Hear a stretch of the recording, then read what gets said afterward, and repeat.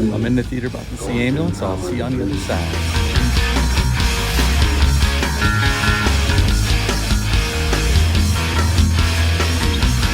Hey everyone, I just walked out of the theater from seeing Michael Bay's latest film, Ambulance, and this is his first film since 2019, Six Underground. It went to Netflix, and before that was Transformers 5 The Last Night. And I will say up front, this is my initial reaction. I'm not going to spoil anything if you're interested in seeing this film. Up front, I'm going to say I'm an unapologetic Michael Bay fan. I don't think every movie he's ever made is really good. I think Six Underground had its moments, but it was a mess editing-wise. It was too choppy, too quick cut, which I know Michael Bay has done a lot over his career, but that one was too jarring for me, honestly. Although it did have some moments. With Ryan Reynolds, there's always going to be some funny moments.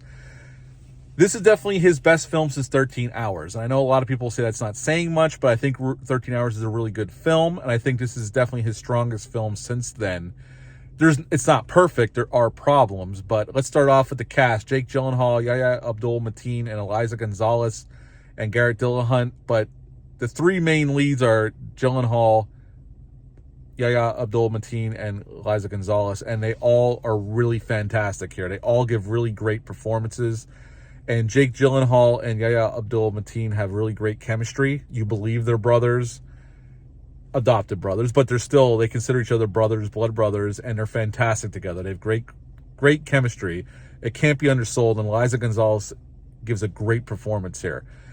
There's some great action set pieces here. Most of the movie takes place in the ambulance. The bank robbery in the beginning, which isn't a spoiler because in the trailer, is really well staged, really well done. And Michael Bay really utilizes the LA locations and makes it a character in the film, a lot like Heat did back in the day. I'm not comparing this movie to Heat. I'm just using an example before anybody wants to reach through the screen and grab me by the shirt collar. But I had a good time with it for sure. There's some funny moments. A lot of the comedy in Michael Bay films either hit or miss, and sometimes a lot more misses than hits. A lot of it hits here. It's a lot of situational, like throwaway lines that I found humorous. There's a lot of cool action. Michael Bay does a lot with a $40 million budget here. He pulls off some spectacular stunts and chase scenes and some gunfights and some shootouts. Honestly, I'm surprised this movie only cost $40 million. But Michael Bay has always been good with that with his budgets. All his money's always up on screen, and it's no exception here. I think there's some really cool camera work. He uses a drone here, probably a little too much, but there's some really cool drone shots, some really dynamic drone shots that I've never seen before.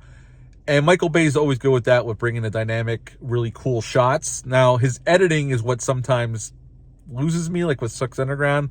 Here, the editing wasn't too bad. There was a few moments where I thought it was too quick cut, but overall, I thought the action was well handled. And there's a lot of practical stunts here, and they're all well handled, and I thought it was well done.